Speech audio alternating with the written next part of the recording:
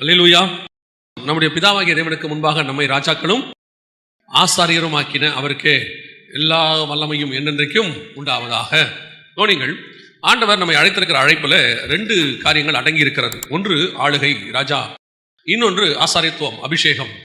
ரெண்டும் அதில் இருக்குது. ராஜாக்குரிய அபிஷேகம் இருக்கு, ஆசாரியத்துவத்திற்கான அபிஷேகமும் இருக்கிறது. இது ரெண்டும் சேர்ந்ததுக்கு பேர் தான் வேதாகமத்தில் மெல்கிசேதேக்கின் முறைமை. உலகத்தின் ராஜ்யத்திற்கும் பரலோக ராஜ்யத்திற்கும் என்ன வித்தியாசம் அப்படின்னு பார்த்தீங்கன்னா, உலகத்தின் ராஜ்யம் இது ரெண்டும் தனித்தனியாக தான் இருக்கும். அதாவது மத ரீதியான சட்டங்கள் தனியாக இருக்கும், அரசாங்க ரீதியான சட்டம் தனியாக இருக்கும். ரிலீஜியஸ் லா, சிவில் லா அப்படின்னு சொல்லுவாங்க. ரெண்டும் தனித்தனியாக தான் இருக்கணும். எதற்காக அப்படின்னு கேட்டிங்கன்னா, இது ரெண்டும் ஒன்று ஒரே ஆள்கிட்ட இருந்துச்சுன்னா, அந்த பர்டிகுலர் பர்சன் மத ரீதியான பர்சனாக இருந்து ஒரு மதத்தை உடையவராக இருந்தால் அவர் என்ன செய்வார், அந்த மதத்தை பற்றி கொண்டு இன்னொரு மதக்காரர்கள் என்ன பண்ணுவார், கொடுமைப்படுத்துவார், வேதனைப்படுத்துவார். இது இயல்பு. அதனால தான் உலகளாவே எப்படி பண்ணி வச்சிருக்கிறாங்க அப்படின்னு கேட்டிங்கன்னா, ஜனநாயகத்தில் அரசியல் லா தனியாக இருக்கும், இந்த ரிலீஜியஸ் லா தனியாக இருக்கும். இது ரெண்டையும் போட்டு மிக்ஸ் பண்ணிக்க மாட்டாங்க. இது ரெண்டும் தனித்தனியாக தான் வச்சுருப்பாங்க. ஆனால் பரலோக ராஜ்யம் எப்படி இருக்கிறதுன்னு சொன்னால், அது இந்த ஆசாரியத்துவமும் ராஜ்யபாரமும் ஒன்றாக இருக்கிறது. இதை உலகத்தில் நீங்கள் பண்ண முடியாது, உலகத்தில் உள்ளவங்க பண்ண முடியாது. ஏன்னா இதை பண்ண தெரியாது அவங்களுக்கு. ஏன்னா அவர்கள் என்ன பண்ணுவாங்க, நான் ஏற்கனவே சொன்ன மாதிரி ஒரு மதத்தை சார்ந்து கொண்டு அல்லது ஒரு கடவுளை பற்றி கொண்டு மற்ற கடவுளை அவங்க அல்லது மற்ற ஜனங்களை, மற்ற கடவுளை சேவிக்கிற ஜனங்களை அவர்கள் வேதனைப்படுத்துவார்கள். அதனால ஆண்டவர் என்ன சொல்றாரு, உம்முடைய ராஜ்யம் வருவதாக அப்படின்னு நம்ம சொல்றோம். இந்த இதை செய்ய தெரிஞ்ச ஒரே ஒருத்தர் யாருன்னா ஆண்டவராக இயேசு கிறிஸ்து ஒருத்தர் மட்டும்தான். ஆசாரியத்துவத்தையும் ராஜ்யபாரத்தையும் ஒன்றாக கரெக்டா அதை ஃபோக்கஸ் பண்ணி செய்யக்கூடிய ஒரே கிங் யாருன்னா இயேசு கிறிஸ்து. இப்ப அவர் என்ன பண்றாரு, அதே மாதிரி தான் உங்களையும் என்னையும் அழைத்திருக்கிறார். வசனம் சொல்லுது, ராஜாக்களும் ஆசாரியராக. மெல்கிசேதேக்கை குறித்து சொல்லும் பொழுது ஆதியாகமம் 14:18 சொல்லுது, உன்னதமான தேவனுடைய ஆசாரியனாய் இருந்த சாலேமின் ராஜாவாகிய மெல்கிசேதேக்கு. ஆசாரியன், ராஜா ரெண்டு இருக்கு பாருங்க அதுல. அதனால தான் அதுக்கு பேர் மெல்கிசேதேக்கின் முறைமைன்னு பேர். நம்ம எதுல வாசிக்கிறோம், எபிரேயர் 7, 10 எல்லாத்துலயும் வாசிக்கிறோம். அதுக்கு பேர் மெல்கிசேதேக்கின் முறைமைன்னு பேர். ராஜத்துவமும் ஆசாரியத்துவமும் ஒன்றாக இருக்கும்.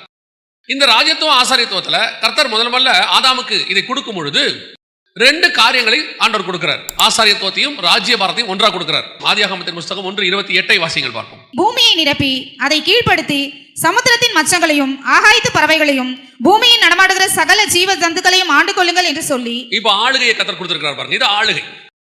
அடுத்து 2ஆம் அதிகாரம் 15வது வசனம் வாசிங்க. தேவனாகிய கர்த்தர் மனுஷனை ஏதேன் தோட்டத்தில் அழைத்து கொண்டு வந்து அதை பண்படுத்தவும் காக்கவும் வைத்தார். தோட்டம் என்பது எதை குறிக்கிறதுனா தேவனுடைய சபை. ஏசாயா 5:2 வாசிங்க. அப்பொழுது நான் என் நேசரிடத்தில் அவருடைய திராட்சை தோட்டத்தை குறித்து என் நேசருக்கேற்ற ஒரு பாட்டை பாடுவேன். என் நேசருக்கு மகா செழிப்பான மேட்டிலே ஒரு திராட்சை தோட்டம் உண்டு. இது ஆசாரியத்துவம். தோட்டம் என்பது அதுல வேலி அடித்து கற்களை பொறுக்கி இதெல்லாம் நமக்கு தெரியும். அதுல நற்குல திராட்சை செடிகளை கொடுக்கும் என்று காத்திருந்தார். அதுவோ கசப்பான கனிகளை கொடுத்தது அப்படின்னு சொல்லி வசனம் சொல்லுது. அப்போ ஒன்று தோட்டத்தை பராமரித்தல், ஆசாரித்துவம், சபை. இன்னொன்று ஆண்டு கொள்ளுங்கள், பூமியை கீழ்ப்படுத்தி ஆண்டு கொள்ளுங்கள். இது ஆளுகை. ஆசாரித்துவத்தையும் ராஜ்யபாரத்தையும் ஒன்றாக கொடுக்கிறார். இங்க என்ன பிரச்சனை அப்படின்னு கேட்டீங்கன்னு சொன்னா, உங்ககிட்டயும் எங்கிட்டையும் அதே மாதிரி கர்த்தர் கொடுத்து வச்சிருக்கிறாரா? வசனம் தெளிவா சொல்லுது. 1:6 சொல்லுது, வெளிப்படுத்துற விசேஷம் பிதாவாகிய தேவனுக்கு முன்பாக ராஜாக்களும் ஆசாரியரும் ஆக்கின. இப்ப நீங்களும் அதே இடத்துல இருக்கிறோம். எந்த இடத்துல இருக்கிறோம்? அந்த தோட்டத்துல இருக்கிறோம். ஆனால் இன்னைக்கு அந்த தோட்டத்துக்குள்ள, அந்த ஏதேனுக்குள்ள இருக்கிற நாம ஆளுகை செய்ய வேண்டிய கட்டத்துல இருக்கிறோம். இப்ப நம்ம ஆளுகை செய்கிறோமா? அதுதான் நீங்க கேள்வி. ஆசாரியத்துவம், ஸ்பிரிச்சுவாலிட்டி, ஓகே. அதாவது சர்ச்சுக்கு வருகிறோம், நீங்களும் நானும் ஆராதனைக்கு வர்றதுல எந்த மாற்று கருத்தும் இல்லை. ஆண்டவரை தேடுகிறோம். ஒரு சிலர்லாம் பாத்தீங்கன்னா எப்பவும் தேவனுடைய இருக்கணும்ன்ற ஒரு ஆசையில் இருக்கிறாங்க. எல்லாம் உண்மைதான். அப்புறம் நல்ல ஜெபம் பண்ணுவாங்க, நல்ல ஊழியம் பண்ணுவாங்க, நல்ல ஜீவியம் இருக்கு, அதுல எந்த மாற்று கருத்தும் இல்லை. இப்ப நான் பேச விரும்புற காரியம் என்னன்னா, இந்த ஆளுகைன்னு ஒன்று இருக்கு பாத்தீங்களா, ராஜாக்களும். ஆண்டவர் சொல்றார், சகலவற்றையும் கீழ்ப்படுத்தி ஆண்டு கொள்ளுங்கள் அப்படின்னு சொல்றார். இந்த ஆளுகை இருக்கிறதா? அதான் நீங்க கேள்வி. இந்த ஆளுகை உங்களுக்குள்ள இருக்கிறதா? என்னதான் நீங்க ஆசாரியத்துவத்துக்குள்ள இருந்தாலும், என்னதான் கர்த்தரை நல்லா உண்மையா தேடினாலும், ஒரு விதமான, இப்ப அவர் பிசாசை பத்தி பேசினார் இல்லையா, ஒரு விதமான பயம் இருக்கு, அல்லது ஒரு விதமான ஆளுகை இல்ல. பிசாசு நம்மளை பார்த்து ஓடுதா? இப்ப இயேசு ஒரு கிராமத்துக்குள்ள போறாரு, பிசாசு ஓடுது. ஒரு இடத்துல வந்துட்டு வியாதி கிட்ட போறாரு, வியாதி சுகமாக்குது. மரணத்துக்கிட்ட நிக்கிறாரு, மரணம் விழுங்கப்படுகிறது, ஜெயமாய் விழுங்கப்படுகிறது. லாசரு உயிரோடு கூட எழும்புறான். இது நடக்குது பாருங்களேன். இதுக்கு பேர் தான் ஆளுகை. ஏங்க இது பேர் அற்புதம் இல்லையா? அந்த மரணத்தின் மேல் அதுக்கு பேர் ஒரு ஆளுகை. இப்ப நீங்க இந்த வசனத்தை வாசிங்க, நான் உங்களுக்கு சொல்றேன் எப்படி ஆதாம் அதை இழந்துட்டார்னு உங்களுக்கு இருக்கு. ரோமர் நிருபம் 5ஆம் அதிகாரத்துல 17வது வசனம் வாசிங்க. ஒருவனுடைய மீறுதலினாலே அந்த ஒருவன் மூலமாய் மரணம் ஆண்டு கொண்டிருக்கு. இப்ப யார் ஆளுகை செய்றா? மரணம் நம்மை ஆளுகை செய்கிறது. இந்த வசனம் அப்படித்தான் சொல்லுது. ஒருவனுடைய மீறுதலினாலே, யாரு? ஆதாமை குறித்து இந்த இடத்துல சொல்லி இருக்கிறது. அதே 5ஆம் அதிகாரத்துல 14வது வசனம் சொல்லுது, அந்த ஆதாம் பின்பு வந்தவருக்கு முன்னடையாளமானவன் 14 வசனம் சொல்லுது. அப்ப இந்த ஆதாம் வழியாக வசனம் சொல்லுது, ஒருவன் மூலமாய் மரணம் ஆட்கொண்டிருக்க. இப்ப ஆளுகை யார் செய்யறா? மரணம் செய்து. இப்ப இயேசு கிறிஸ்து லாசருக்கு முன்னாடி போயின்னா மரணம் ஆளுகை செய்தா இல்ல மரணத்தை இவர் ஆளுகை செய்யறாரா? மரணத்தை இயேசு ஜெயிக்கிறார். அங்க சொல்றாரு, லாசருவே வெளியில் வா. எவரின் வீட்டுக்கு போறாரு, மரணத்தை ஜெயிக்கிறார். வெளியே ஏஞ்சி கையை தொட்டு, சிறு பெண்ணை எழுந்துரு. இப்போ கல்லறையில போய் அவரை மரணத்தில் கொண்டு படுக்க வைக்கிறாங்க. மரணத்தை ஜெயமாய் விழுங்குகிறார். அப்போ ஆளுகை என்பது என்ன?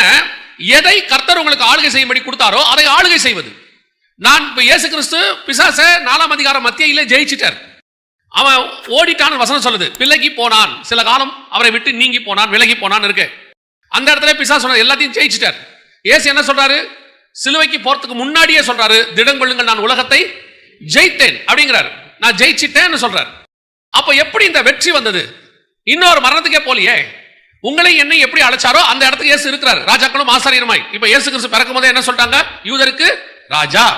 அதே நேரத்தில் ஆசாரியத்துவமும் அவர்கிட்ட இருக்கிறது. அவரை பார்த்து சொல்றாங்க தீர்க்கதரிசி, அவரை பார்த்து சொல்றாங்க யோவான் ஸ்நானகன், போதகரே. அப்ப ஆசாரியத்துவமும் இருக்கு. அதே நேரத்தில் யூதருக்கு ராஜாவாய் பிறந்திருக்கிறவர் எங்கே? ராஜ்யவரம் ஆசாரியத்துவம் சேர்ந்து இருக்கு. ஆனால் இயேசு கிறிஸ்து ராஜ்யத்துவத்தை விட ஆசாரியத்துவத்தில் அந்த காரியங்களில் ஈடுபட்டு இருக்கும் போது ராஜ்யத்துவத்தை விடாம இருக்கிறார். அந்த ஆளுகை இருக்கு. சாத்தானை ஜெயிக்கிறாரு, காற்றையும் கடலையும் அதற்றாரு. அப்ப அதை ஆளுகிறாருன்னு அர்த்தம். காற்றும் கடலும் அவருக்கு கீழ்ப்படுகிறது, மரணம் அவருக்கு கீழ்ப்படுகிறது. இந்த ஆளுகை உங்களுக்கும் எனக்கும் இருக்கிறதா என்பதுதான் இப்ப கேள்வி. இன்னைக்கு கிறிஸ்தவர்கள் எத்தனை தோல்வி, கிறிஸ்தவர்களுக்கு எத்தனை விதமான நஷ்டம், எத்தனையோ விஷயங்கள்ல பயம். இன்னும் யோசிச்சு பாருங்க. இயேசு மரணத்தை ஜெயிச்சிட்டார். இயேசு கிறிஸ்து பிசாசின் மேல் அதிகாரம் கொண்டார். சாத்தானின் தலை நசுக்கப்பட்டது, நம்ம எல்லாருக்கும் தெரியும்.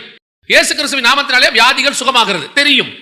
இயேசு கிறிஸ்துவின் நாமத்தினாலே தரித்திரருக்கு ஆசீர்வாதம் வருது தெரியும். எல்லாம் இருக்கு. ஆனால் இது எதுவும் உங்களுக்கும் எனக்கும் அப்ளை ஆகுதா? உங்களாலையும் என்னாலையும் அதை ஆளுகை செய்ய முடியுதா? இப்ப பாருங்க, சில நேரங்கள்ல ரெண்டு டிஃபரன்ஸ் இருக்கு. என்ன பண்றோம்? ஒரு மீட்டிங் வைக்கும் போது திடீர்னு ஒரு மழை வருது, அனௌன்ஸ் பண்ணிட்டாங்க, மேகம் மூடிட்டு இருக்கு. இப்ப நாம இதை ரெண்டு விதமா ஹேண்டில் பண்றோம். ஒரு விதமா நம்ம எப்படி ஹேண்டில் பண்ணலாம்? நாம எல்லாம் ஊக்கமாய் ஜெபம் பண்ணுவோம், மழை வராதபடிக்கு கர்த்தரை தடுக்கும்படி, இந்த மீட்டிங் நடக்கும்போது மழை டிஸ்டர்ப் பண்ணக்கூடாது அப்படின்னு சொல்லி நாம ஜெபம் பண்ணுவோம். இது ஒண்ணு இருக்கு. இன்னொன்னு இருக்கு, அந்த மழை வராதபடிக்கு மேகத்துக்கு கட்டளை கொடுக்க முடியும். இந்த ரெண்டும் இருக்கு. என்ன செய்யலாம்? ரெண்டும் இருக்கு. இப்ப நீங்களும் நானும் ராஜாக்களா இருக்கிறபடினால கர்த்தர் உங்களுக்கும் எனக்கும் அந்த ஆர்டரை கொடுத்திருக்கிறார், ஆளுகை கொடுத்திருக்கிறார். இந்த ஆளுகை நமக்கு இருக்குதா? அதுதான் கேள்வி. ஆளுகை இருக்கா? ஆளுகையினுடைய முதல்ல ஆளுகை இருக்குன்னா உங்களுக்கு அந்த எண்ணம் வரணும். ஃபர்ஸ்ட் என்ன வரணும்? அந்த எண்ணம் வரணும். அந்த எண்ணம் வந்தா தானே ஆளுகை வரும். யோசிச்சு பாருங்க, தாவீது ஆடு மேய்க்கிறவரா இருக்கிறாரு, கோலியாத்து கிட்ட ஜெயிக்கிற அளவுக்கு அவருக்கு விசுவாசம் இருக்கு, எல்லாம் இருக்கு. ஆனா அந்த ட்ரெஸ்ஸை போடுறதுக்கு அவருக்கு என்ன இல்லை? எனக்கு பழக்கம் இல்லாதபடினாலே. என்ன இருக்குது? பழக்கம் இல்லாதபடினாலே. சரி, ஓகே, பழக்கம் இல்ல. இப்ப தாவீது எல்லா சண்டைக்கும் கவட்டக்கல்ல எடுத்துட்டு போனாரா இல்ல அந்த ட்ரெஸ் போட்டு பட்டயத்தை எடுத்துட்டு போனாரா? அடுத்து வந்த சண்டைகள்லாம் அவன் யுத்த புருஷன், அவன் நிறைய சண்டை போட்டிருக்கிறான். போன இடத்துக்கெல்லாம் தாவீது என்ன பண்ணணும்? எல்லார்கிட்டையும் கவட்டக்கல்ல கொடுங்க, எல்லாரும் ஆளாளுக்கு ஒரு கவட்டக்கல்ல கையில் எடுத்துக்கோங்க, போற இடத்துல அடிக்க சொல்லி கொடுக்குறேன், அடி கல்ல விட்டு அடிங்க அப்படி சொல்லி கொடுத்தாரா? இவர் என்ன செய்யறாரு? எனக்கு ஆரம்பத்தில் பழக்கம் இல்லை, ஆனால் நான் ராஜாவாக மாறுகிறேன், அந்த வஸ்திரத்தை தரித்துக் கொள்வதற்கு தயாராகிறேன், கத்தி சண்டை போடுறதுக்கு நான் ரெடி ஆகிறேன், ஐ வில் பிராக்டிஸ், அந்த ராஜாவாக நான் மாறுகிறேன். நீங்களும் நானும் பாவத்திலிருந்து வந்தபோது பாவம் நம்மை ஆளுகை செய்து கொண்டிருந்ததுனால அந்த பாவத்தை குறித்த பயம் இருப்பது இயல்பு. அது உள்ள நம்ம இருந்திருக்கிறோம். வியாதியை பத்தின பயம் இருப்பது இயல்பு, பிசாசை குறித்த பயம் இருப்பது இயல்பு. ஏன்னா பயம் என்பது ஆதாம் பாவம் செஞ்ச முதல்ல வந்துச்சு, ஃபர்ஸ்ட் வந்தது. ஆனால் எப்ப நீங்க இயேசுவின் ரத்தத்தால கழுவப்பட்டு ராஜாவுடைய பிள்ளையாய் மாற்றப்பட்டு ஆசாரியத்துவத்துக்கும் ராஜ்யத்துவத்துக்கும் உரியவர்களாய் மாறிட்டீங்களோ, ஆட்டோமேட்டிக்கா உங்களுக்குள்ள அந்த அத்தாரிட்டி வரணும், அந்த ஆளுகையுடைய எண்ணம் வரணும். ஃபர்ஸ்ட் நான் இப்பொழுது ராஜா, கர்த்தர் என்ன வாக்கி இருக்கிறார்? இந்த ராஜ்யபாரத்தை ஒரு குரூப் தப்பா பிரசங்கம் பண்ணிட்டு, இப்ப அதுதான் இப்ப பிரச்சனை. அது எப்படி பிரசங்கம்? கிங்டம் மென்டாலிட்டி அப்படிம்பாங்க. Kingdom mentality. கிங்டம் மென்டாலிட்டி என்ன? உங்களுக்குள்ள நீங்க ராஜா என்கிற எண்ணம் இருக்கணும். ஆனால் இயேசு வெளியே என்னவாக இருந்தார்? இயேசு அரண்மனைக்கு போனாரா? குதிரை மேல ஏறினாரா? ராஜ உபச்சாரம் கேட்டாரா? ராஜ வஸ்திரம் கேட்டாரா? எல்லாரும் எனக்கு காலமிக்கி விடணும், சுத்தி நின்று எல்லாரும் சாமர வீசணும்னாரா? இல்ல. நான் தங்கி இருக்கிற இடத்தை பாருங்கள், வனாந்தரத்தில் தங்கி இருக்கிறார். மனுஷகுமாரனுக்கோ தலை சாய்க்க இடம் இல்லை, அப்படித்தானே இருக்குது. அவர் என்ன செய்யறார்? பசி உண்டாயிற்று. எல்லாம் நார்மல், எல்லாம் நார்மல், உலக பிரகாரமாய் ஆசாரித்துவம். ஆனா உள்ளுக்குள்ள என்ன இருக்கு? ராஜ்யபாரம். ஐ ஆம் த கிங். அதனாலதான் பிலாத்து கேட்கிறான், நீ யூதருக்கு ராஜாவா? இயேசு சொன்னாரு, நீ சொல்லுகிறபடிதான். எனக்கு ரொம்ப ஒரு வேத பண்டிதர் எனக்கு சொல்லி கொடுத்தாரு. நீங்க வாசிச்சு பாருங்க, இயேசு கிறிஸ்துடைய ஒவ்வொரு ஆக்டிவிட்டிஸும் ராஜா மாதிரியே இருக்கும். ஆனால் அவர் வெளியே ஆசாரியன் தான், அந்த வேலையை செஞ்சுக்கிட்டு இருக்கிறாரு. பிரதான ஆசாரியன் வேலையை செய்யறாரு. நமக்கோ மகா பிரதான ஆசாரியன் உண்டு. வசனம் சொல்லுது ஆசாரித்துவ வேலையை தான் செய்யறாரு. பலியான செம்மறி அந்த வேலையை அவர் செய்யறாரு, அதுல மாற்றுக்கத்து இல்ல. ஆனா உள்ளுக்குள்ள அவர்கிட்ட என்ன வெளிப்பட்டுக்கிட்டே இருக்கும்? அந்த அத்தாரிட்டி வெளிப்பட்டுக்கிட்டே இருக்கும். மலை பிரசங்கம் இருக்குல்ல, மலை பிரசங்கம் மத்திய நாள்ல இருக்குல்ல, நீங்க நல்லா கவனிச்சு பாருங்க. மலை பிரசங்கத்துல இயேசு போய் வசனம் சொல்லும், மலையின் மேல் ஏறி உட்கார்ந்தார், சீஷர்கள் அவரிடத்தில் வந்தார்கள் அப்படின்னு இருக்கும். அதே மாதிரி லூக்கா எழுதின சுவிசேஷம் 5ஆம் அதிகாரத்துல 2வது 3வது வசனத்தை வாசிச்சு பாருங்க. அவர்கள் அவைகளை விட்டு இறங்கி வலைகளை அலசி கொண்டிருந்தார்கள். அப்பொழுது அந்த படவுகளில் ஒன்றில் ஏறினார், அது சீமோனுடையதா இருந்தது. அதை கரையிலிருந்து சற்றே தள்ளுபடி அவனை கேட்டுக்கொண்டு அந்த படவில் உட்கார்ந்து நல்லா கவனிங்க. இன்றைய நாள் வரைக்கும் பிரசங்கம் பண்ணுகிறவங்க அத்தனை பேரும் நின்றுதான் பிரசங்கம் பண்ணுவாங்க. பிரீச்சர்ஸ் அத்தனை பேர் என்ன செய்வாங்க? முடியல உட முடியலன்னு உட்காந்து பிரசங்கம் பண்ண, அது வேற. ஆனா பிரீச்சர் அப்படிங்கிறவர் நின்றுதான் பிரசங்கம் பண்ணுவாரு. ஒரே ஒருத்தர் மட்டும் தான் உட்காந்து பிரசங்கம் பண்ணுவார். யார் தெரியுமா? ராஜா மட்டும் தான் உட்காந்து பேசுவாரு, மத்தவங்க நின்னு கேட்பாங்க. இயேசு கிறிஸ்துவை எடுத்து பாருங்க, மலை பிரசங்கத்துல பாருங்க, உட்கார்ந்து படகின் மேல் உட்கார்ந்து. ஏன்னா அவர் கட்டளை கொடுக்க போறார். உங்களுக்கு இப்படி சொல்லப்பட்டது, பூர்வத்தாருக்கு இப்படி உரைக்கப்பட்டது, நான் உங்களுக்கு சொல்லுகிறேன். இது பிரசங்கம் அல்ல, கட்டளை, அத்தாரிட்டி வெளிப்படுது. அவருடைய ஒவ்வொரு ஆக்டிவிட்டிஸ்லயும் வெளிப்படுவது. அப்படி ஒரு ஆசாரியத்துவத்தை, ராஜ்யபாரத்தை தான் கர்த்தர் உங்ககிட்ட என்கிட்ட இருந்து எதிர்பார்க்கிறார். எதன் மேல? மனுஷன் மேல இல்ல. அதான் இங்க ரொம்ப இம்பார்ட்டன்ட். பிடிக்க வந்த ரோம சேவர்கள் மேல அவர் என்ன சொல்றாரு? அடி நொறுக்கிறேன் அப்படியா சொன்னாரு. யோவான் எழுதின சுவிசேஷம் 13ஆம் அதிகாரம் 3வது வசனம் வாசிங்க. தம்முடைய கையில் பிதா எல்லாவற்றையும் ஒப்பு கொடுத்தார் என்பதையும் தாம் தேவனிடத்திலிருந்து வந்ததையும் தேவனிடத்திற்கு போகிறதையும் இயேசு அறிந்து என்ன கொடுத்தார்? இப்ப எல்லாவற்றையும் கொடுத்தார். Total authority. வானம், பூமி, சமுத்திரம் எல்லாத்தோட அத்தாரிட்டி இப்ப யார் கையில இருக்கு? the hands of God. இயேசு கிறிஸ்துவின் கையில் இருக்கிறது. அறிந்து அடுத்து போஜனத்தை விட்டு எழுந்து வஸ்திரங்களை கழற்றி வைத்து ஒரு சீலையை எடுத்து அறையிலே கட்டிக்கொண்டு பின்பு பாத்திரத்தில் தண்ணீர் வார்த்து சீஷருடைய கால்களை கழுவும். இதுதான் ஆசாரித்துவம். எனக்குள்ள எல்லா அத்தாரிட்டியும் இருக்கு. ஆனா இந்த அத்தாரிட்டி மனுஷன் மேல் செலுத்துவதற்கு அல்ல. இந்த அத்தாரிட்டி வானமண்டலத்தின் பொல்லாத சேனைகள் மேல் செலுத்துவதற்கு. இந்த அத்தாரிட்டியை நான் இருளின் மேல் செலுத்துவதற்கு. ஆழத்தின் மேல் இருள் இருந்தது, வெளிச்சம் உண்டாக கடவுது என்றார். வெளிச்சம் அப்படியே ஆயிற்று. வெளிச்சம் உண்டாகனா ஆகணும். இந்த அத்தாரிட்டியை நீ யூஸ் பண்றது தான் ராஜ்யத்துவம். இன்னைக்கு வியாதியை பார்த்தா நீங்க ரெக்வெஸ்ட் பண்ணிட்டு இருக்கீங்க. நீங்க பிசாசை பார்த்து ஜெபம் பண்ணிட்டு இருக்கான். பிசாசை பார்த்து என்ன பண்ணிட்டு இருக்காங்க? ஜெபம் பண்ணிட்டு இருக்கான். எப்படி ஆகிலும் போ. அவங்ககிட்ட ரெக்வெஸ்ட், எப்படி ஆகிலும் போ. ஒரு அத்தாரிட்டி உங்களுக்குள்ள வரணும். அதுதான் வசனம் சொல்லுது, ஆசாரியத்துவம் ராஜ்யபாரமும்.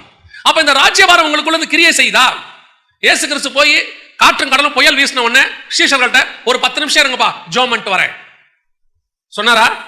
ஜெபம் பண்ணிட்டு வரேன், வந்துட்டு இப்ப நான் ரெடியா இருக்கிறேன்பா, காற்றையும் கடலை பார்த்து இறையாதே அமைதலாயிரு சொன்னாரா? எழுந்திருச்சாரு. வசனம் சொல்லுது இறையாதே அமைதலாயிரு. அதுக்கு பேர் தான் அத்தாரிட்டி. இப்போ இந்த அத்தாரிட்டியை யூஸ் பண்றதுக்கு நீங்க சரியா புரிஞ்சுக்கோங்க நல்லா. இது ஆல்ரெடி உங்க கையில இருக்கு, ஆல்ரெடி இருக்கு. அது எதுக்கு இல்ல?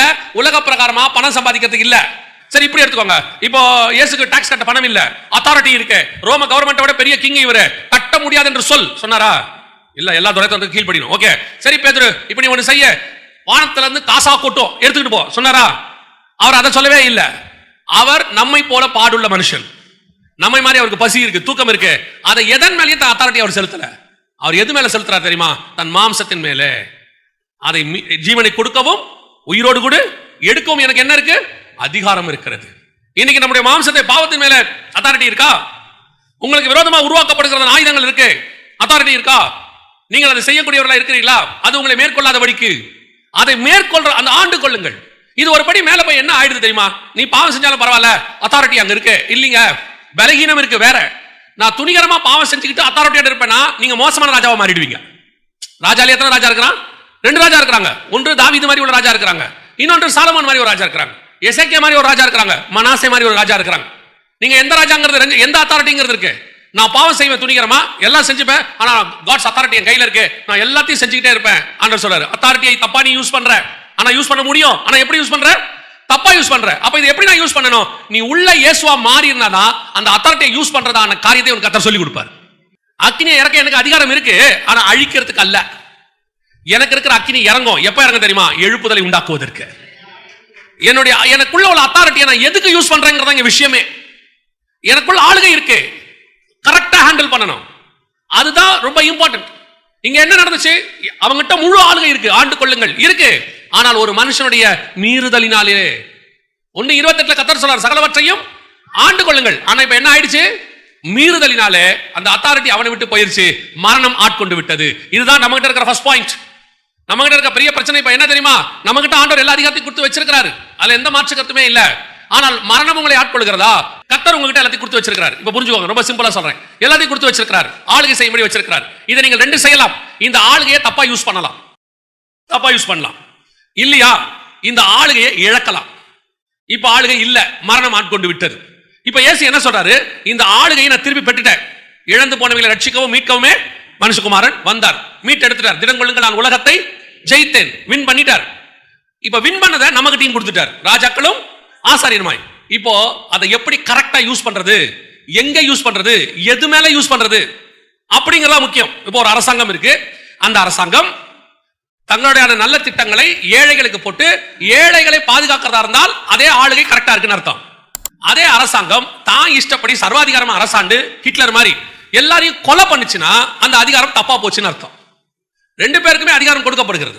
இப்போ அந்த அதிகாரத்தை நம்ம எப்படி யூஸ் பண்றோம்? இப்போ ஆதாமுடைய மீறுதலினாலே தப்பா போயிடுச்சு ஆளுகை. அந்த ஆளுகை எது ஆளுகை வந்துருச்சு? மரணம் வந்துருச்சு, மீறுதல் வந்துருச்சு, பாவம் வந்துருச்சு. இப்போ இதோடைய தான் ஆளுகை இருந்துச்சு, ராங் கிங்டம், தப்பான ராஜ்யபாரம். இப்ப ஆண்டவர் மாத்திட்டார், ஜெயிச்சிட்டார், நம்ம கிட்ட கொடுத்துட்டாரு. நாம எப்படி ஆளுகை செய்கிறோம்? இப்ப எனக்குள்ள இருக்கிற அத்தாரிட்டி அப்படிப்பட்டது. இயேசு என்னை ஆட்கொண்டு இருக்கிறார், அவர் உலகத்தை ஜெயித்தவர், நான் அவருக்குள் உட்கார்ந்து இருக்கிறேன். என் மேல ஒரு லைட் இருக்கு, இதுக்கு பேர் தான் அதிகாரம், அத்தாரிட்டி. எனக்கு முன்னாடி எல்லாத்தையும் அது கிரீன் சிக்னலாக மாத்தும். எந்த கதவும் அடைக்கப்படாது, திறந்த வாசலை கட்டளையிட்டு இருக்கிறார். நான் முடிவு பரியந்தம் ஜெயிக்கிறவனாய் போய்கொண்டே இருப்பேன். 10 லட்ச ரூபாய் காரு, 20 லட்ச ரூபாய் காரு, 1 கோடி ரூபாய் வீடு, இது தானா கேட்டுக்கிட்டு இருக்க? நான் வானத்தையும் பூமியும் உண்டாக்கின தேவன். அப்ப எங்கிட்ட கேட்கறதுக்குன்னு ஒரு தகுதி இருக்கு, என்ன கேட்கணும்னு ஒரு தகுதி இருக்கு. ஒரு மியூசிக் டைரக்டர் நின்றுட்டு இருந்தாரு, இன்டர்வியூ எடுக்கிறாங்க. அவர்கிட்ட கேட்கும்போது ஒருத்தர் ஒரு சில்லி கொஸ்டின் கேட்கிறான். நான் கத்துக்கிட்டேன் ஆக்சுவலா, அத ஒரு சில்லி கொஸ்டின் கேட்கிறான். கேட்ட உடனே அவர் சொன்னாரு, யாருக்கிட்ட என்ன கேள்வி கேட்கணும்னு உனக்கு தெரியுதான்னாரு. ஒரு மனுஷங்கிட்ட கேட்கணும்னா அந்த கேள்விக்கு ஒரு வேல்யூ இருக்கணும். இந்த மனுஷங்கிட்ட இந்த கேள்வி தான் கேட்கணும், ஏன்னா அந்த மனுஷனுக்கும் கேள்விக்கும் என்ன இருக்குது? சம்பந்தம் இருக்கு. It's value question. அதே மாதிரி தான் உனக்குள்ள உள்ள அத்தாரிட்டிக்கு ஒரு வேல்யூ இருக்கிறது. அது எது தெரியுமா? வானத்தையும் பூமியும் வென்றுவிட்ட அத்தாரிட்டி. உனக்கு முன்பாக கர்த்தர் அதை எல்லாவற்றையும் ஜெயிச்சு வச்சிருக்கிறாரு. நீ அதை பார்த்து ஓடக்கூடாது, நீ அதை பார்த்து ரிக்வெஸ்ட் பண்ணக்கூடாது. யூ வாண்ட் டு கமாண்ட், நீ அதை ஜெயிக்கணும். இயேசு கிறிஸ்து கிராமத்துக்கிட்ட போய் பிசாசு கிட்ட ரிக்வெஸ்ட் பண்ணல, அவனை போய் அதட்டல. அங்க போன உடனே அவன் சொல்றான், என்னை வேதனைப்படுத்தவா வந்தீர். அத்தாரிட்டினா இதுதான் அத்தாரிட்டி, இதுக்கு பேர் தான் அத்தாரிட்டி. கேத்ரின் குல்மன் ஒரு ஊழியக்காரமா இருந்தாங்க. ஒரு தடவை பயங்கர கூட்டம், பயங்கர கூட்டம். இப்ப அந்த அம்மா என்ன செய்யறாங்கன்னா, இந்த வழியா கூட்டிட்டு போக முடியாது, ஜனம் நிறுக்குறாங்க அவங்கள பார்க்கணும்னு. அது ஒரு ஸ்டார் ஹோட்டல்ல வந்து நடக்குது மீட்டிங். முடிச்ச உடனே என்ன பண்றாங்க, அந்த ஹோட்டலோட பின்வாசல் வழியா கூட்டிட்டு போறாங்க. கூட்டிட்டு போகும்போது அந்த கிச்சன் ஏரியா இருக்கும்ல, அது வழியா கூட்டிட்டு போறாங்க.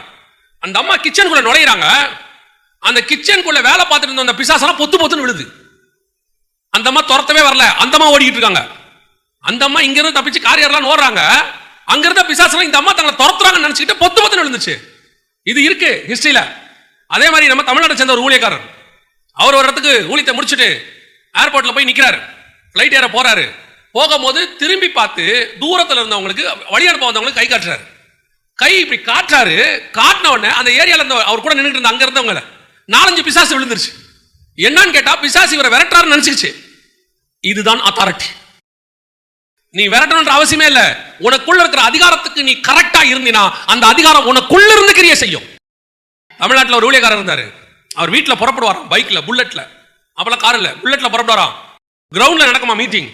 புல்லட்டை ஸ்டார்ட் பண்ண உடனே கிரவுண்ட்ல இருக்க பிசாசு சொல்லுமா, ஐயோ அவன் கிளம்பிட்டான், வீட்டுல புறப்படுங்க, ஓடுங்க ஓடுங்கம்மா. இதுதான் அத்தாரிட்டி. உனக்கும் எனக்கும் கர்த்தர் கொடுத்திருக்கிற அந்த ஆண்டு கொள்ளுங்கள் ஆளுகை என்பது அப்பேற்பட்டது. வியாதியை பார்த்தவன உனக்கு பயம் வரக்கூடாது, வியாதியை பார்த்தவன உனக்கு கோபம் வரணும். எப்படி என் சகோதரனை நீ பிடித்திருக்கலாம், இயேசுவின் நாமத்தில் வெளியே போ அப்படின்னு ஒரு கட்டளை கொடுத்தா அந்த அத்தாரிட்டி நமக்குள்ள இருந்து கிரியை செய்யும் போது வியாதியஸ்தர்கள் சுகமாவார்கள். இன்னைக்கு நாம இன்னும் அத்தாரிட்டியை யூஸ் பண்ணாம இருக்கோம். ஆகாபுக்கும் தாவீதுக்கும் என்ன வித்தியாசம்? இவங்களை ஆடுகளை போல பார்த்தான், அவன் திராட்சை தோட்டத்தை எடுத்துக்கொண்டான். அவங்க கிட்ட இருந்து. அத்தாரிட்டி என்பது பாதுகாப்பதற்கு, அத்தாரிட்டி என்பது திருடுவதற்கு அல்ல. அப்ப இந்த காரியத்தை உங்களுக்கு எனக்கு கர்த்தர் கொடுத்திருக்காரு. இந்த அத்தாரிட்டி போயிடுச்சாமா? என்ன ஆயிடுச்சு? இந்த அத்தாரிட்டி போயிடுச்சு. மரணம் ஆட்கொண்டு இருக்க, பாவம் மீறுதல் ஆட்கொண்டு இருக்க, ஆளுகை மாறிடுச்சு. ஜீவன் உள்ளவருடைய ஆளுகை மரணம் உள்ள ஒரு ஆளுகை மாறிடுச்சு. இன்னைக்கு உங்களுக்குள்ள அந்த ஆளுகை இருக்கா? கர்த்தர் அதை வச்சிருக்கிறாரா? இன்னில இருந்து உங்களுக்குள்ள ஒரு எண்ணம் ஒன்று வரணும். நான் இயேசு கிறிஸ்துவினுடையதான நாமத்தினாலே அவருடைய பிள்ளையாவும் ராஜாக்களும் ஆசாரியருமாய் அழைக்கப்பட்டிருக்கிறேன். ஃபர்ஸ்ட் உங்கள்கிட்ட அந்த ஆர்டர் இருக்கணும். எம்என்சி கம்பெனிக்கு வேலைக்கு போகும்போது மெயில் அனுப்பிச்சு விட்டுருவாங்க ஆர்டரை. அந்த வாசல்ல இருக்கிறவனுக்கு தெரியாது உங்களை பத்தி. என்ன தெரியாது? தெரியாது. உள்ள போகும்போது நில்லுங்க சார் அப்படின்பா. ஆட்டோமேட்டிக்கா அந்த காப்பி உங்க கையில் இருந்துச்சுன்னா அவன் என்ன பண்ணுவாங்கள, போங்க சார். அடுத்து ஒவ்வொரு வாட்டி நீங்க அப்பாயின்மெண்ட் ஆர்டர் கொண்டு போக மாட்டீங்க. ஆட்டோமேட்டிக்கா என்ன போட்டுருவாங்க, கழுத்துல ஒரு டேக். அதை போட்டாச்சுன்னா ஆட்டோமேட்டிக்கா உங்களை அவன் என்ன பண்ண போறான், உள்ள விட போறான். ஆனா அதுவே அந்த கம்பெனி ஓனரா நீங்க இருந்தீங்கன்னா உங்களுக்கு டேக் தேவையில்லை, அப்பாயின்மெண்ட் தேவையில்லை. உங்க கார் வந்து நின்னாலே போதும், அதே ஆள் டோரை திறப்பாரு. நீங்க இப்போ மூணுமே நீங்க அந்த ஆபீஸ் கூடியவங்க தான். உங்களுக்கு அந்த ஆபீஸ்க்குள்ள நுழையறதுக்கு 3 விதமான வழி இருக்கு. அப்பாயின்மெண்ட் ஆர்டர் கையில வச்சுட்டு உள்ள விடுங்க சார், நான் ஃபர்ஸ்ட் வந்திருக்கேன், அப்பாயின்மெண்ட் ஆகிருக்கேன், விடுவாங்க. இல்லையா சார் நான் இங்க வேலை பார்க்குறேன், கார்டை பாருங்க, உங்ககிட்ட பழக்கமாயிரும், சரி வந்து போவாங்க. இன்னொன்னு இருக்கு, அதுதான் அத்தாரிட்டி. நீங்கள் இறங்கும் போதே கதவு தானா திறக்கும். அவன் திறந்து நிற்பான், சல்யூட் அடிப்பான், உள்ள போங்கன்னு சொல்லுவாரு. இதுதான் ராஜாவின் பிள்ளைகள் உங்களுக்கும் எனக்கும் நடக்கணும். கர்த்தர் அதை உருவாக்கி இருக்கிறார். ஒரு வியாதியஸ்தனை கூப்பிட்டு நிக்க வைக்கும் போது, ஒரு பிசாசை கூப்பிட்டு நிக்க வைக்கும் போது நமக்குள்ள என்ன தோணணும் தெரியுமா? I am the son and daughter of the king. நான் ராஜாவுடைய பிள்ளையாக இருக்கிறேன். உலகத்தை ஜெயித்தவர் எனக்குள்ள இருக்கிறார். பிசாசின் அதிகாரத்தை ஜெயித்தவர் எனக்குள்ள இருக்கிறார். எனக்குள் மட்டுமல்ல, எனக்கு அந்த அத்தாரிட்டியை கையில கர்த்தர் கொடுத்து வச்சிருக்கிறார். அல்லேலூயா. 1:28 திருப்பி வாசிங்க. ஆதியாகமத்தின் புத்தகம் 1:28 திருப்பி வாசிங்க. பின்பு தேவன் அவர்களை நோக்கி, நீங்கள் பலுகி பெருகி பூமியை நிரப்பி அதை கீழ்ப்படுத்தி சமுத்திரத்தின் மச்சங்களையும் ஆகாயத்து பறவைகளையும் பூமியின் மேல் நடமாடுகிற சகல ஜீவ ஜந்துக்களையும் ஆண்டு கொள்ளுங்கள் என்று சொல்லி. இப்ப ஆண்டு கொள்ளுங்களுக்கு முன்னாடி 2 ப்ராசஸ் செய்ய சொல்றாரு. ஆண்டு கொள்ளுங்களுக்கு முன்னாடி 2 ப்ராசஸ் செய்ய சொல்றாரு. இந்த ப்ராசஸ் செஞ்சாதான் ஆளுகை பூரணப்படும். அத்தாரிட்டியை கொடுத்துட்டாரு. நீங்கள் ஆண்டு கொள்ளுங்கள்ன்றதுக்கு முன்னாடி 2 விஷயத்த சொல்றாரு. ஒன்னு, அதை பூமியை நிரப்பி பலுகி பெருகி பூமியை நிரப்பி அதை கீழ்ப்படுத்தி. ஒன்னு பூமியை பலுகி பெருகி பூமியை என்ன பண்ணணும், நிரப்பணும். ரெண்டாவது என்னன்னா கீழ்படுத்தணும். இந்த அந்த அத்தாரிட்டியை நான் சொன்ன பாருங்க, தப்பாவும் யூஸ் பண்ணலான்னு இல்லையா? தப்பாவே நீங்க உலக பிரகாரமா கூட என்ன பண்ணலாம், தப்பாவும் யூஸ் பண்ணலாம் அந்த அதிகாரத்தை. அப்ப சரியா யூஸ் பண்றதுக்கான கர்த்தர் கொடுத்த ஃபார்முலா பலுகி பெருகி பூமியை நிரப்பு. எதால பலுகி பெருகி நிரப்பணும்? வாசிங்க மல்கியாவின் புத்தகம் 2ஆம் அதிகாரம் 15வது வசனம் வாசிங்க. அவர் ஒருவனையே அல்லவா படைத்தார், ஆவி அவரிடத்தில் பரிபூர்ணமாய் இருந்தது. ஆவி அவரிடத்தில் பரிபூர்ணமாய் இருந்தது. பின்ன ஏன் ஒருவனை படைத்தார்? தேவ பக்தியுள்ள சந்ததியை பெரும்படியும் தானே. இப்போ என்ன வேணும்? இப்போ பலுகி பெருகி பூமியை நிரப்புனா என்ன மாதிரி சந்ததியில் அவனை நிரப்பத்துக்காக படைச்சாருன்னு மல்கியா 2:15 சொல்லுது. நீ பலுகி பெருகி பூமியை நிரப்பு, ஆனா என்ன மாதிரி சந்ததியால நிரப்பணும்னு மல்கியா 2:15 சொல்லுது. என்ன சந்ததியா? தேவ பக்தி உள்ள சந்ததியால நிரப்பு அப்படிங்கிறார். அப்போ நீங்கள் ஆளுகை செய்வதற்கு முன்பதாக முழுக்க இந்த வேர்ல்ட் ஆளுகை செய்யணும். இப்ப இயேசு உலகத்தை ஜெயித்தார். நல்ல கவனிங்க. இயேசு என்ன பண்ணார்? உலகத்தை ஜெயிச்சிட்டார். இயேசு யார் தெரியுமா? பூமியின் ராஜாக்களுக்கு அதிபதி. நீங்க 1:6 ராஜாக்களும் ஆசாரியரும் அழைச்சார்ல.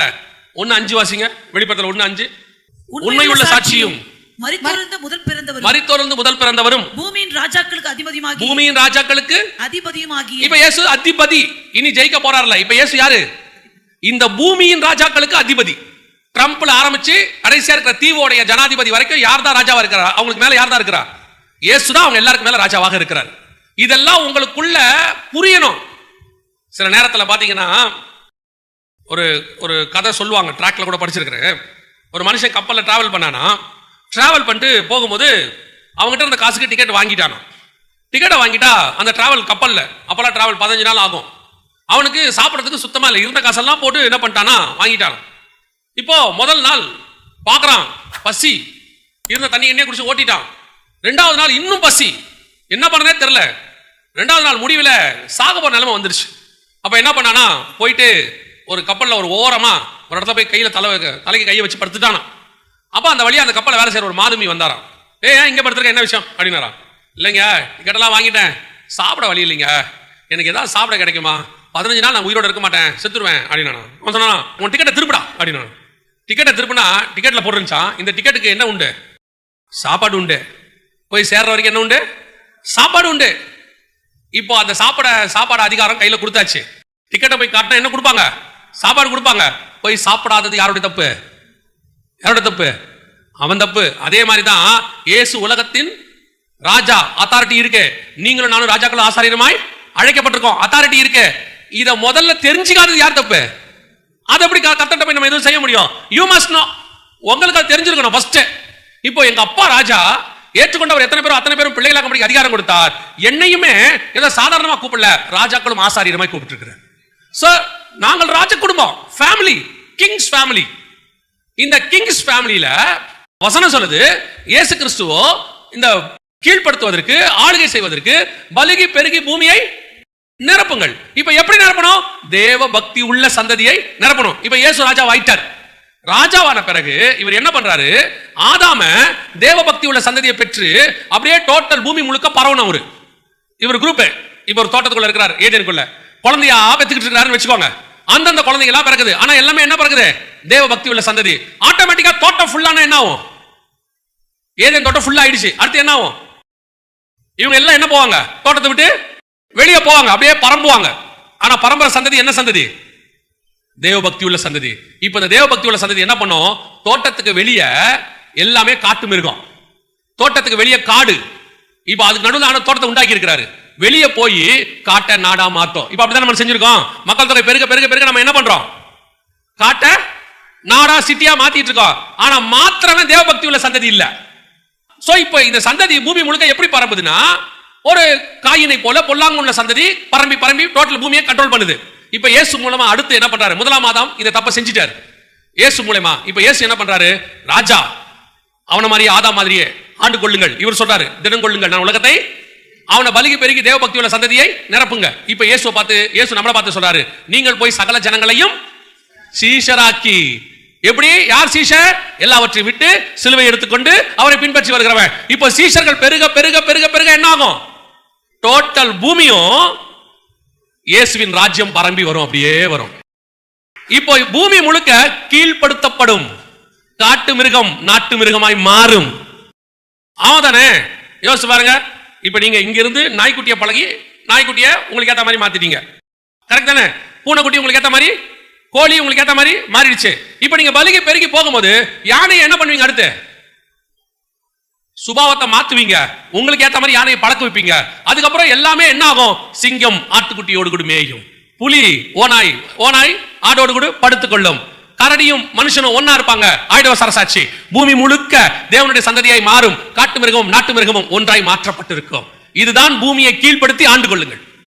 அப்ப நான் பூமியை ஆளுகை செய்யறதுக்கு நான் செய்ய வேண்டிய விஷயம் என்ன? நான் இந்த பூமியை தேவ பக்தி உள்ள சந்ததியால் நிரப்ப வேண்டும். இதை இயேசு சொன்னாரு, நீங்கள் போய் சீஷராக்கி, சகல ஜனங்களுக்கும் சீஷராக்கி. அப்ப நாம இன்னைக்கு அந்த வேலையை செய்யறோமா? நாம தேவ பக்தி உள்ள சந்ததினா பெருக்கணும்னா நான் முதல்ல கிறிஸ்துவினுடைய பிள்ளையா இருக்கணும். நான் ஆதாமா இருந்தால்தான், ஆதாமுடைய பையனா இருந்தால்தான் என் மூலமா வரக்கூடியதெல்லாம் எப்படி இருக்கும்? தேவ பக்தி உள்ள சந்ததியா இருக்கும். இப்ப ராஜாவா கர்த்தர் உங்களை எண்ணி படைச்சிட்டார், மாத்திட்டாரு. இப்ப நமக்குள்ள இருந்து பிறக்கிறதெல்லாம் நல்லா கவனிச்சு பாருங்க. நமக்குள்ள இருந்து பிறக்கிறது எல்லாம் இனி இளவரசனா தான் இருக்கும். ஆமா தானே? நான் சொல்றது புரியுதா? சாமானியன் வீட்டுல பிறந்தா அந்த குழந்தைக்கு பேர் சாமானியன் வீடு. கரெக்டா? ஒரு டாக்டருக்கு குழந்தை பிறந்துருச்சு, அவர் பேர் உங்களுக்கு தெரியாது. நீங்க என்ன சொல்லுவீங்க? அந்த டாக்டருக்கு ஒரு குழந்தை பிறந்திருக்கு. ஆனா அதுவே அரண்மனையில குழந்தை பிறந்தா என்ன சொல்லுவாங்க? ஒரு ராஜாவுக்கு இன்னொரு இளவரசன் பிறந்திருக்கான், யூதருக்கு ராஜாவாய் பிறந்திருக்கிறவர் எங்கே? இப்போ உங்க வழியா பிறக்கிற எல்லா குழந்தையும் என்னவா மாறும்? ராஜாவும் ஆசாரியனுமாய் மாறும். இந்த ராஜாவும் ஆசாரியனும் பலுகி பெருகி பெருகி பெருகி டோட்டல் பூமியும் எப்படி இருக்கும்? ராஜாவும் ஆசாரியத்துவமாய் மெல்கிசேதேக்கின் முறைமையின்படி உலகம் முழுக்க கிறிஸ்துவின் ராஜ்யம் வந்து சேரும். இதுதான் உம்முடைய ராஜ்யம் வருவதாக. அந்த வருவதாகன்றதுக்கு நான் என்ன பண்ணணும்? ஜெபம் பண்ணிட்டே இருக்கணும். நீங்க வருவதாக, நீங்க வருவதாக, நீங்க வருவதாக. ஆண்டவர் சொல்றாரு, போய் பலுகி பெருகு, தேவ பக்தி உள்ள சந்ததியால் நிரப்பு, சீஷன் ஆக்கு, கீழ்படுத்து, அவனுக்கு ஞானஸ்நானம் கொடு, அவனை ராஜாவும் ஆசாரியனுமா மாத்து. இப்படி மாற மாற மாறத்தான் டோட்டல் பூமி என்ன ஆகும்? கீழ்படிய தொடங்கும். தேவனுடைய ராஜ்யபாரம் உலகம் முழுக்க வரும். ஆண்டவர் சொல்றாரு, நீ இந்த ராஜ்யபாரத்தை ஸ்தாபிக்க வேண்டிய ஆளு, இத பூமி முழுக்க கொண்டு போக வேண்டிய ஆளு. நீ இந்த கிங்டம்குள்ள இருந்துகிட்டு இதே மாதிரி இதை மாத்தணும்னு நினைக்கிற. நல்லா தெரிஞ்சுக்கொள்ளுங்க, ஒரு நாளும் காடு தோட்டம் ஆகாது. தோட்டம் தான் காடு போய் காட்ட தோட்டமா மாத்தணும். நான் சொல்ல புரியுதா? ஆதாமுடைய சந்ததி தான் போய் என்ன செய்யணும்? பூமியை நிரப்பி தேவபக்தி உள்ள சந்ததியை மாத்தி தேவ ராஜ்யத்தை கொண்டு வரணும். இதைத்தான் இஸ்ரவேல் ஜனங்கிட்ட சொன்னாரு. ஆபிரகாம் கிட்டையும் மோசே கிட்டையும் எல்லா உடன்படிக்கையும் கொடுத்து ஆசாரித்துவத்தை கொடுத்து அவங்க கிட்ட பார்த்து நியாய பிரமாணத்தை கொடுத்துட்டு சொன்னாரு, நீங்கள் எனக்கு ஆசாரிய ராஜ்யமாய் இருக்கிறீர்கள், பரிசுத்த ஜாதியும் ஆசாரிய ராஜ்யம். அப்படின்னா என்ன அர்த்தம்? இந்த நியாய பிரமாணத்தை இந்த 12 கோத்திரமும் அப்படியே கொண்டு போய் இஸ்ரவேலை மையமா வச்சு உலகம் ஃபுல்லா பரப்புங்க, என்ன வந்துரும்? ஆசாரிய ராஜ்யம் வந்துரும்னாரு. இந்த பையன் செய்யல. அவன் வீட்டை பார்த்துக்கிட்டு அவனுடைய எல்லையை பார்த்துக்கிட்டு எல்லாரும் அதுக்குள்ளே இருந்தோன்னே கடைசியா யோசுவா சொல்றாரு, நீங்கள் பிடிக்க வேண்டிய தேசம் அதிகமா இருக்கு, நீங்க செல்ஃபிஷா மாறிட்டீங்க. அதே காரியம் தான் இப்ப சபைக்குள்ள இருக்கு. இப்ப கர்த்தர் உங்களே எண்ணி பார்த்து கொடுத்த வேலை என்ன? நீங்கள் போய் சகல ஜாதிகளுக்கும் சுவிசேஷத்தை பிரசங்கித்து, தேவபக்தி உள்ள சந்ததியா சுவிசேஷத்தை பிரசங்கித்து சீஷராக்கி கீழ்படுத்தி, அவன் சீசன் ஆயிட்டா ஆட்டோமேட்டிக்கா என்ன பண்ணிடுவான்? தன்னை சிலுவையில் அறைஞ்சிருவான், கீழ் பண்ணுவான், ஆண்டவருக்கு கீழ்ப்படிவான். கீழ்படுத்தி அடுத்து என்ன பண்ணணும்? பூமியை நிரப்புங்கள், ஞானஸ்தானம் கொடுத்து டோட்டலா சந்ததியா மாத்தணும். இன்னைக்கு நாம எப்படி ஆயிட்டோம்? இஸ்ரவேல் ஜனங்க மாதிரி செல்ஃபிஷ் ஆயிட்டோம். என்ன செல்ஃபிஷ்? என் வீடு ரட்சிக்கப்பட்டா போதும், நாங்க சர்ச்சுக்கு வந்து ஒழுங்கா போனா போதும், எங்க சர்ச்சு இப்படி இருந்தா போதும், நான் இந்த அளவுக்கு ஊழியம் பண்ணா போதும். நமக்குள்ள ஒரு செல்ஃபிஷ் கிங்டம் மென்டாலிட்டி போயிருச்சு. யோசிச்சு பாருங்க, நான் சொல்லிட்டு முடிக்கிறேன், கவனிங்க. இப்போ ஒரு கவர்மெண்ட், ஒரு நாடு இன்னொரு நாட்டுக்கிட்ட யுத்தத்துக்கு போகுது. அந்த நாட்டை ஜெயிக்க வேண்டிய கட்டாயத்தில் இருக்கு, இல்லைன்னா அவங்க வந்து இந்த நாட்டை ஜெயிச்சிருவாங்க. சரி, வார் ஸ்டார்ட் பண்ணியாச்சு. இந்த வார் ஸ்டார்ட் பண்ண உடனே நல்லா கவனிச்சு பாருங்க, 3 விதமான படைகள் இருக்கும். விமானப்படை, கப்பல் படை, காலாட்படை, 3 இருக்கும். இது லேண்ட்ல இருக்கு, அது தண்ணியில இருக்கு, அது ஆகாயத்தில் இருக்கு. இது சாலிடு, இது வாட்டரு, அது கேஸ். நம்ம 3 ஸ்டேட் சொல்லுவோம்ல, ஏர்ல இருக்கு, வாட்டர்ல இருக்கு, லேண்ட்ல இருக்கு. இந்த 3 மோடு, வேற இடம். இது ஓடணும், அது மிதக்கணும், அது பறக்கணும். ஓகேவா? இப்போ இவங்கிட்ட இருக்கக்கூடிய ஆயுதங்கள் வேறு. யார்கிட்ட இருக்கிறது? இந்த ராணுவ வீரர். அவங்ககிட்ட வந்து தூக்குற அளவுக்கு தான் என்ன இருக்கும்? துப்பாக்கி இருக்கும். ரொம்ப வெயிட்டா இருக்காது, ஓரளவுக்கு வெயிட் இருக்கும். அவங்ககிட்ட ஒரு லிமிட் தான் இருக்கும். பின்னாடி டேங்க் வரும், இப்படிதான் போகும். ஆனா இந்த கப்பல் இருக்கு பாத்தீங்களா, அவங்ககிட்ட இருக்கிறது வேற. அவன் மேல விமானமே நிக்கும், 20 விமானம் 30 விமானம் நிக்கும். அவனுக்குள்ள ராணுவ வீரர்கள் இருப்பாங்க, அவங்க கிட்ட குண்டு இருக்கும், எல்லாம் இருக்கும். இந்த விமானம் இருக்கு பாருங்க, அவங்கிட்ட இருக்க குண்டு வேற. அது ஏவுகணை, போய் பறந்து போய் தாக்குற மாதிரி, அவ்வளவுதான் இருக்கும். 3 விதமா இருக்கும் யுத்தம். 3 பேரும் வெவ்வேறு இடத்துல இருக்காங்க. 3 பேருடைய மைண்ட் செட் வேற. அவன் மிதந்துகிட்டு இருக்கான், இவன் அவன் மேல தண்ணியில மிதந்துகிட்டு இருக்கான், அவன் பறந்துகிட்டு இருக்கான், இவன் நடந்துகிட்டு இருக்கான். ஆனா 3 பேரும் 3 விதம், வெவ்வேறு விதமான ஆயுதங்கள் வச்சிருப்பாங்க, வெவ்வேறு விதமான டார்கெட். இவன் கீழே அடிக்கணும், அவன் கடல்ல இருந்து அடிக்கணும், அவன் மேல இருந்து கீழே பார்த்து அடிக்கணும். பார்வை வேற, எல்லாம் இருக்கு. ஆனா 3 பேருக்கும் ஒரே ஒரு எண்ணம் மட்டும்தான் இருக்கு, எதிரி நாட்டை நான் ஜெயிக்க வேண்டும். அவ்வளவே. என் கவர்மெண்ட், அந்த கவர்மெண்ட்டை ஜெயிச்சு அந்த நாடு என் கண்ட்ரோலுக்கு வரணும். இவ்வளவுதான் 3 பேருக்கும் இருக்க தாட். இதுவே அத்தனை உலகத்தில் இருக்கிற எல்லா சபைகளுக்கும் இருக்க வேண்டிய ஒரே சிந்தனை. அவன் சுவிசேஷகனா இருக்கட்டும், அவன் ஊழியக்க போதகராக இருக்கட்டும், அவன் தீர்க்கதரிசியாக இருக்கட்டும், அவன் அப்போஸ்தலனாக இருக்கட்டும், அல்லது ஒரு டீச்சராக இருக்கட்டும், நாங்கள் 5 பேரும் 5 விதமான ஊழியத்தை செய்கிறோம். அவரு சர்ச்சை மேய்க்கிறவரு, இவர் டீச் பண்றவரு, அவர் வெளியே போய் சுவிசேஷம் சொல்றவரு, இவர் அஸ்திவாரம் அப்போஸ்தலர், அஸ்திவாரம் போடுறவரு, அவன் பக்தி விருத்திக்கு ஏதுவா தீர்க்கதரிசனம் வளைக்கிறவன். 5 பேரும் 5 விதமா இருப்பாங்க. ஆனால் நாங்கள் 5 பேரும் ஒரு ராஜ்யத்தை ஸ்தாபிப்பதற்காக நாங்கள் போராடி கொண்டிருக்கிறோம். அந்த ராஜ்யம் பரலோக ராஜ்யம். இந்த எண்ணம் வந்தாதான் உங்களால ஜெயிக்க முடியும். இதுதான் கீழ்ப்படுத்தி ஆண்டு கொள்ளுங்கள். இது யாரால முடியும்? தேவ பக்தி உள்ள சந்ததியால மட்டும்தான் முடியும். இந்த ஒன்னஸ் இன்னைக்கு இருக்கா? இன்னைக்கு எனக்கு அந்த இல்ல. இப்ப எப்படி இருக்குது? என் காயின் போய் ஒரு பட்டணத்தை கட்டி தன் குமாரன் பெயரை வைத்தான். இப்ப காயினுக்கு தேவனுடைய பெயரையோ ராஜ்யத்தை வைக்கணும்னு ஆசை இல்ல. அவனுக்கு என்ன பேர் இருக்குது? என் பையனுடைய பட்டணம் இது, தங்களுக்கு பேர் உண்டாகும்படி. இதுதான் உலகத்தின் ராஜ்யம். உலகத்தின் ராஜ்யத்தில் இருக்கிறவன் தான் பையனுக்கு பேர் வைப்பான், தான் ராஜ்யத்தை கட்ட பார்ப்பான், தனக்கு பேர் உண்டாகணும்னு பார்ப்பான். ஆனால் ஹெவன்லி கவர்மெண்ட், பரலோக ராஜ்யத்தில் இருக்கிறவன், நாங்கள் அத்தனை பேருக்கும் ஒரு ராஜாவுக்கு உண்டாக்குகிறோம், பேர் உண்டாக்குகிறோம். யோபு சொன்னா, நான் தண்ணீர் உள்ள பட்டணங்களை பிடித்தேன், என் பேர் வராதபடி உன் பேர் விளங்கும்படி நீர் வந்து பட்டணங்களை பிடிக்கும். நான் தண்ணி உள்ள இடத்துக்கு பிடிச்சிட்டேன்பா, உள்ள போனா தான் உங்க பேர் வரும், ராஜாவுடைய பேர் தான் வரணும். அதுதான் தளபதிக்கு இருக்க வேண்டிய தாட். நான் யாருகிட்ட இருக்கிறேன்? என் ராஜாவுடைய பேர் வரதுக்காக இருக்கிறேன். அவர் நாம மகிமைப்பட வேண்டும். நான் தான் யுத்தம் பண்ணுவேன், லேண்ட்ல நான் தான் நிற்பேன், ஆனா பேரு அவர் பேர் வரணும். இதைத்தான் யோவான் சொன்னா, நான் சிறுகவும் அவர் பெருகவும் வேண்டும். இந்த தாட்டு அத்தனை பேருக்கு வரணும்.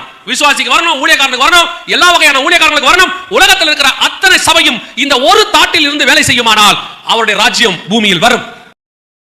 ஆனா இன்னைக்கு என்ன நடந்துட்டு இருக்குது? நீங்க தனியா உட்கார்ந்து அவங்க ராஜ்யம், சக விசுவாசிக்கு செய்யறதுக்கு மனசு இல்ல. எனக்கு ஏசுநாதர் சொன்னாரு, 2 இருந்தா 1 கொடுத்துருனாரு, 1 இருந்தா அதையும் கொடுத்துருனாரு. நீங்க அந்த அளவுக்கு எல்லாம் போக வேண்டாம், 2 இருந்தா 1 கொடுங்களேன்.